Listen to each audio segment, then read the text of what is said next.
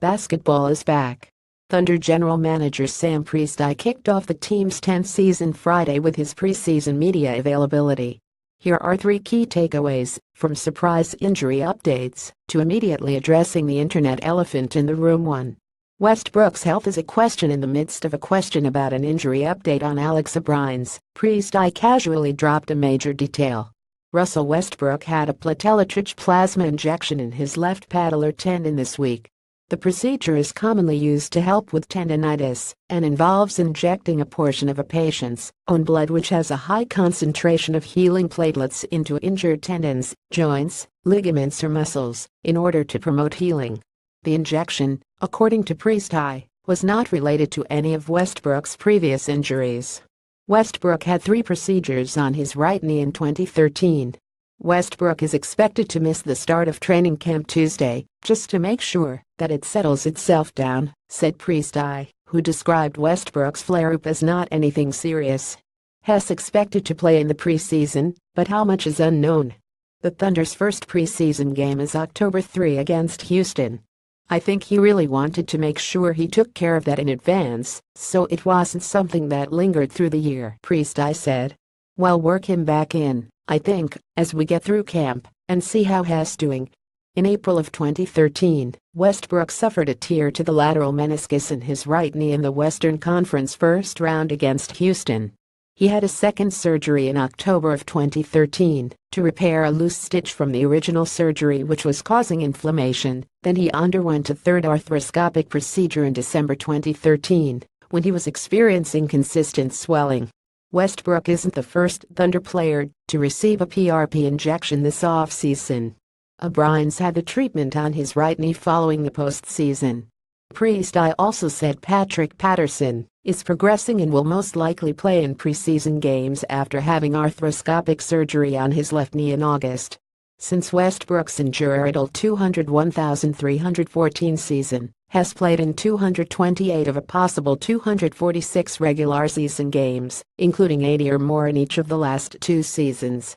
Has been remarkably durable for the Thunder, particularly last season, while shouldering the bulk of the Thunder's offense.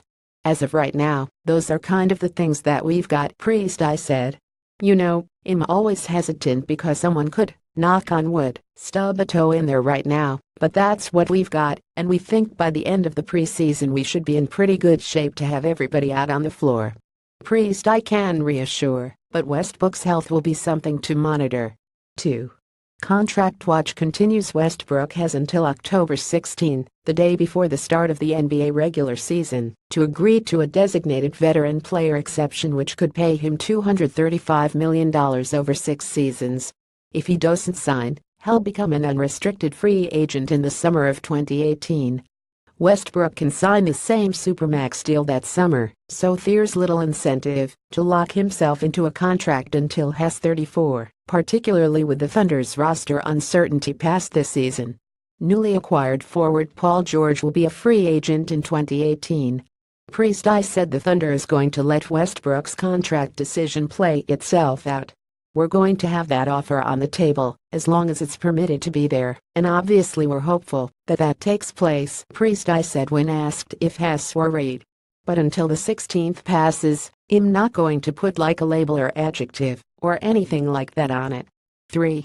Presti takes the high road. It was inevitably going to come up.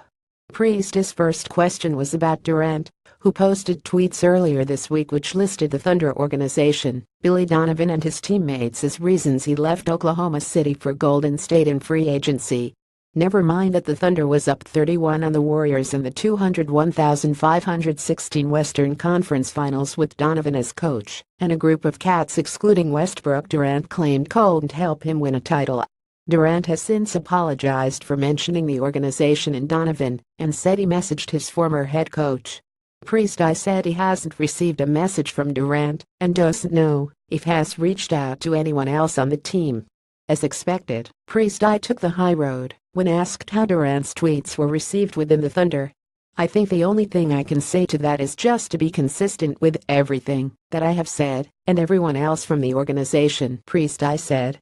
And no one from the Thunder really has anything negative to say about Kevin Durant, and I think we've been hopefully very open about the fact that we have tremendous appreciation and respect for what he and his teammates and coaches and everybody over his tenure here accomplished, and I really don't think there's anything more to say than that.